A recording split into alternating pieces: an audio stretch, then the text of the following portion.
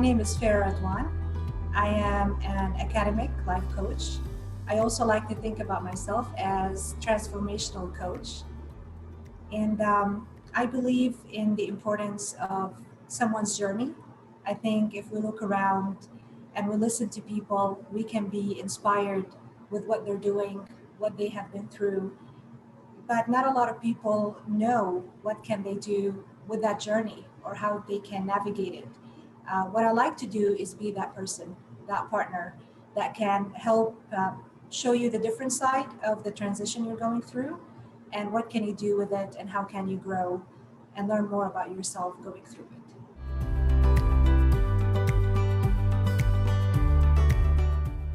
Actually, when I first started, I was not looking to become a coach. I was looking to be coached. And even then, I didn't know what I was looking for is coaching.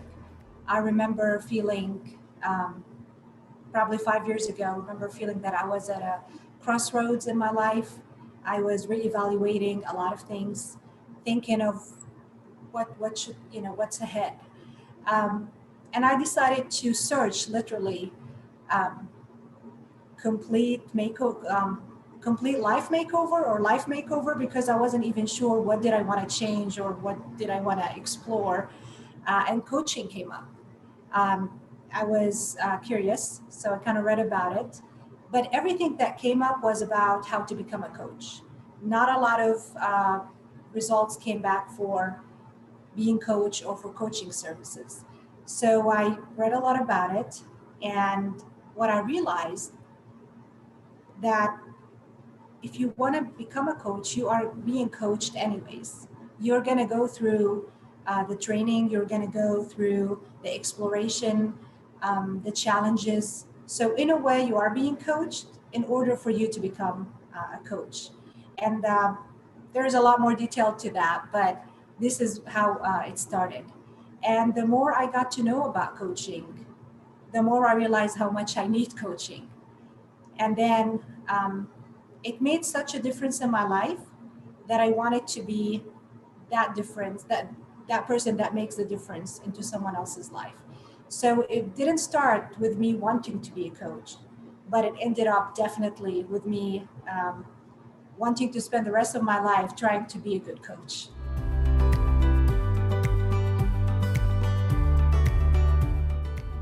So my coaching business is in the very early stages right now. I am trying to figure out every day what does it look like. But as I mentioned earlier, what I want it to be, what is it about is about a journey. And I know that everything you need to do in your life is about a transition, about a journey, whether it was a leadership coaching, whether it was a wellness coaching, what doesn't matter the kind of coaching, it's always about the journey. But what I like to, the missing piece that I like to have in there is to focus on what does the journey mean and to actually take that first step into going through the journey and what is holding you back from actually taking that first step. And when you see yourself midway through a certain journey, what's making you stop? What's preventing you from continuing? And what would it take for you to continue and see it through? So it's not only a journey, and I'm going from point A to point B, but what is it about, and what are you going through when you're going, through this transition? My coaching business is coast to coast coaching. What I wanted to imply by using this name is that you're standing at one point and you want to you get to another point, but it's also fun.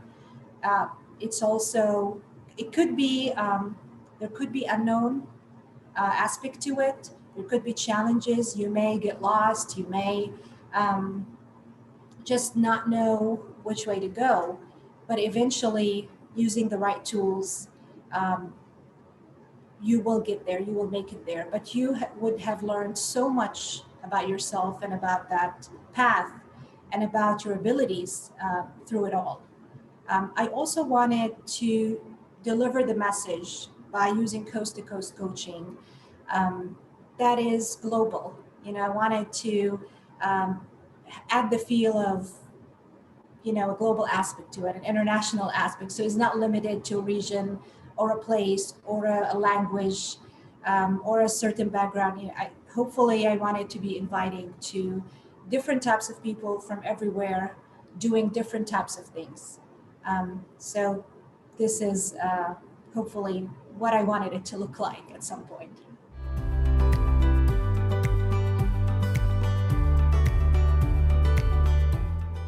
To take their time, to take their time understanding what coaching is. Also to give themselves the space to learn and not to go off of any pre-information that they may have. A lot of people that go into coaching, they may come from the fields of consulting or advising, mentoring, so forth. Just to understand that you're getting into this field with an open mind and kind of a blank, type of a blank paper, like, so you can learn. In addition to what you have already know, don't make what you know a barrier to what you can learn or how you can apply things differently, but make it something that would add value. Whatever you're coming from, whatever experience that you have, it should be an added value. So yeah, just take their time. It's very important that they don't pressure themselves into mastering all skills really quickly. I think it takes time. A lot of the coaching skills, they are logical and they make sense. And you may ask yourself, oh, that's what we should be doing in everyday life. But it's very hard to apply. With coaching conversations, I realized that I've never had a conversation with anyone my entire life. It's the conversation that you do the conversation that you have when you have your coaching hat on is a lot different. But I think it is the way it should be, in a sense. The listening aspect of it, the patience, the safe space that is free of judgment and your own opinion, all the time while you're listening to somebody else. So it is, yes, it makes sense, but it's not easily applied. So just, take your time with it.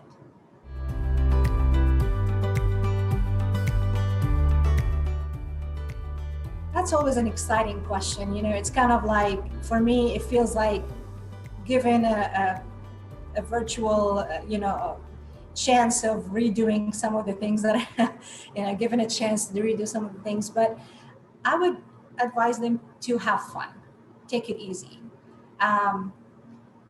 There are so many things I have worried about in my life that actually did not need me to be that worried. So enjoy the moment is very important. I know it may sound like a cliche. Everybody's talking about living the moment, but it's so true. We can't do anything about what happened before. We can't do anything about the future. We can plan a little bit. But realistically speaking, how many of our plans really came out to be the same way that we planned them to be? For me, not much. I know many plans came to life the way I imagined them to be. It ended up being, in many times, better than what I've planned. So have fun, take it easy. That would be my advice. So what does coaching mean to me? For me, coaching has played a major role in my life for the past 5 years. I went through a lot of challenges in my life. And the more we are exposed to hard times, hardships, hurt, disappointments, the more guarded we become. And we don't realize after a while that, in myself, what I realized is that I'm planning so much that I never get to what I'm planning to do or taking that first step. I'm putting so many scenarios to what can go wrong and not even once of what can go right or what if it went right, or it is going to go right, just it's a matter of when.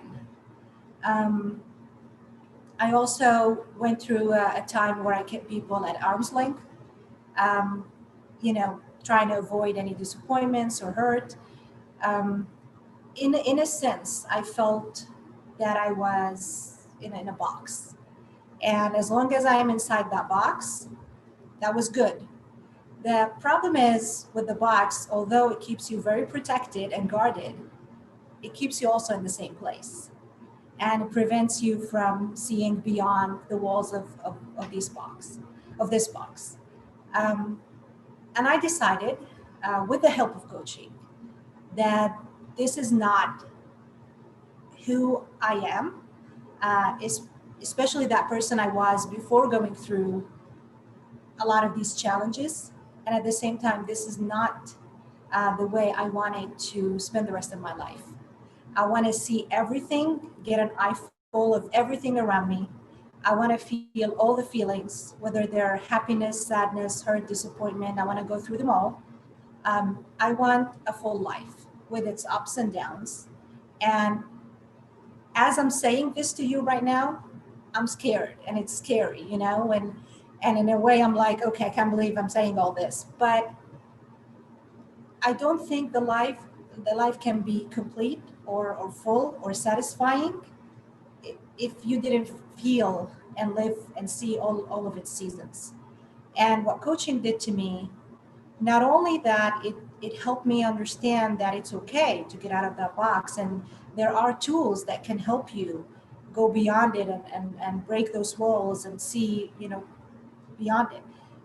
But it helped me realize in the first place that I was in a box, which was something that I didn't realize. I was thinking that I'm going through the motions, I was doing the right thing, and things were not working out. I was not moving forward. And coaching did and is still helping me go beyond that.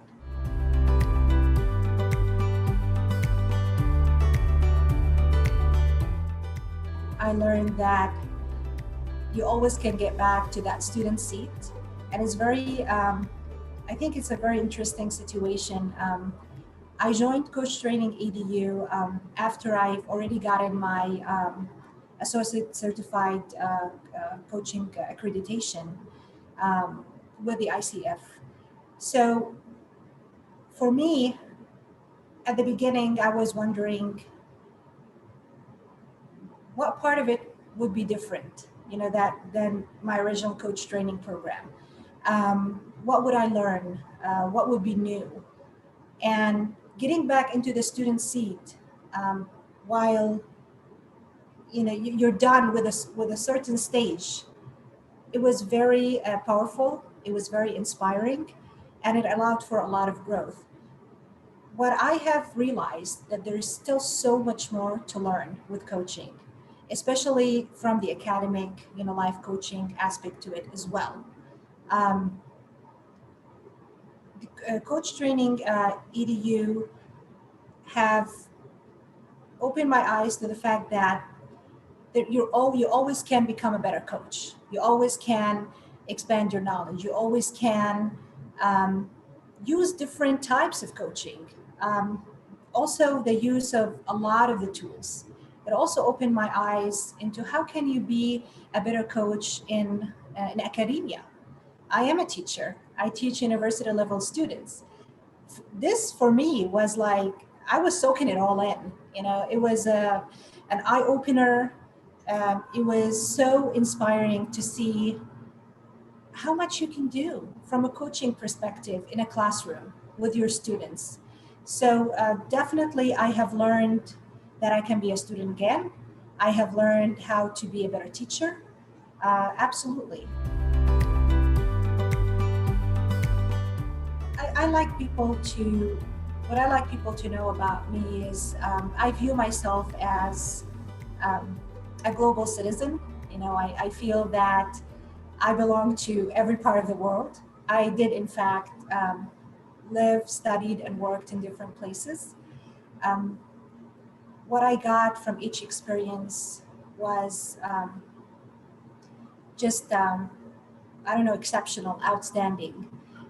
You learn a lot about yourself, but you also create a lot of wonderful friendships and relationships, and uh, that last lifetime, and you learn a lot, in the process.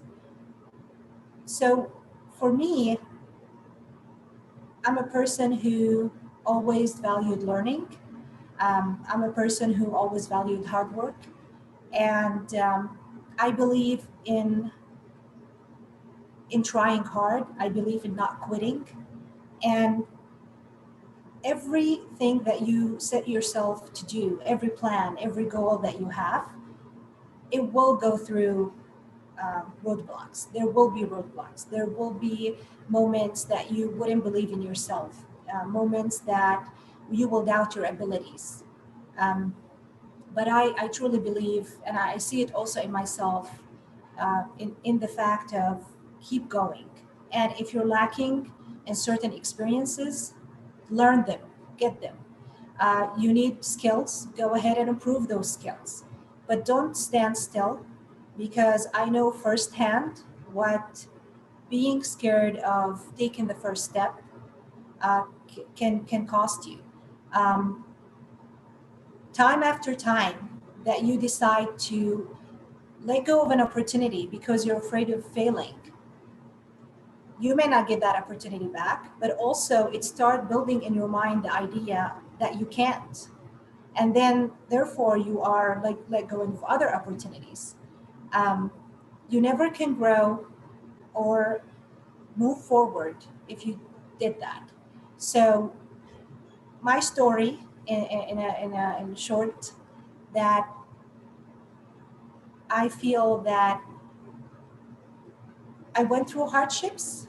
It did. Um, it did make me pause. It did make me, think. Well, be doubtful. I did fail. However, I every single time I saw myself standing up and getting back on my feet again, and move forward. Um, so I didn't accomplish everything that I wanted to accomplish. Not a lot of things turned out the way I wanted them to turn out, but every single one of these experiences have taught me so much about myself and taught me a lot about my abilities and what I can do. Um, so I encourage everyone to, you know, keep that passion towards something that they're feeling and they're having, and to keep going, because they will get there. It may not be the same exact point that they wanted to get at, but I'm sure it will still look pretty good, and they will still feel happy and satisfied reaching at it.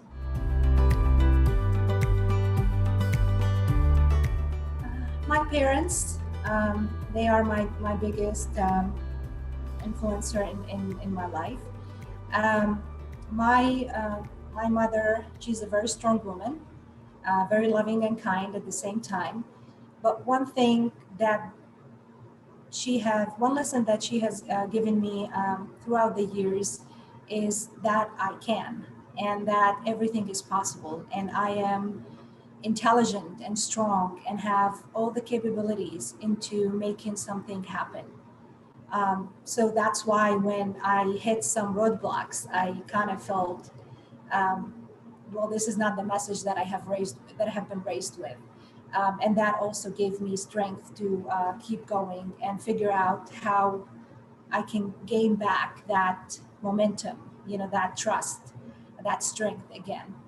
Um, so she made me understand um, how to value myself and how to um, understand that with hard work. So if I'm not gonna get somewhere, it's because I'm lazy, not because I'm lacking in some way and in my abilities. In other words, you work hard, you're gonna get there. Um, you have it. You have everything that you need, or you can get better at the things that you need to get better at. With my dad, um, I think with my dad. he viewed me as someone who can pretty much do anything. I felt that I was a star in his life, that anything can be turned into great success if I had my hand in it. Um, he raised me um, in a way that set the standard really high of how I expect to be treated from everybody around me, not in a I'm above you type of way, no, but um, you know what respect do I deserve? What is okay and what is not okay? What's acceptable and what's not? Where is the line drawn? And that is in all aspects in my life. You know, so whether it was like from educational perspective, from a perspective as a woman, and in all types of professionalism, personal level. So in every aspect, he kind of set that standard high in the way that he treated me, and he treated my siblings, my mother. Um, Kind of set that switch in my head that okay, this is what I'm going to accept, and for me, that's a great message. um, I lost him. He passed away about 15 years ago, this December. But his messages and what he taught me, what he instilled in me, keeps living on.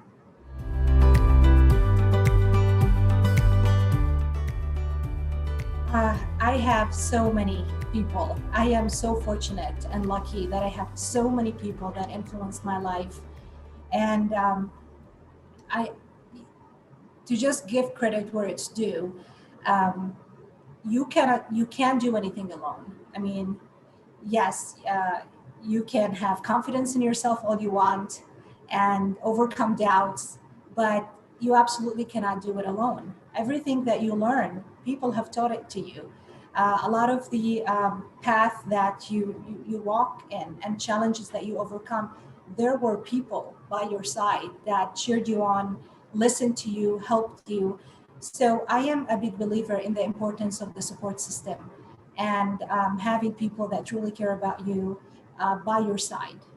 In the same way, it's okay for you to ask for help.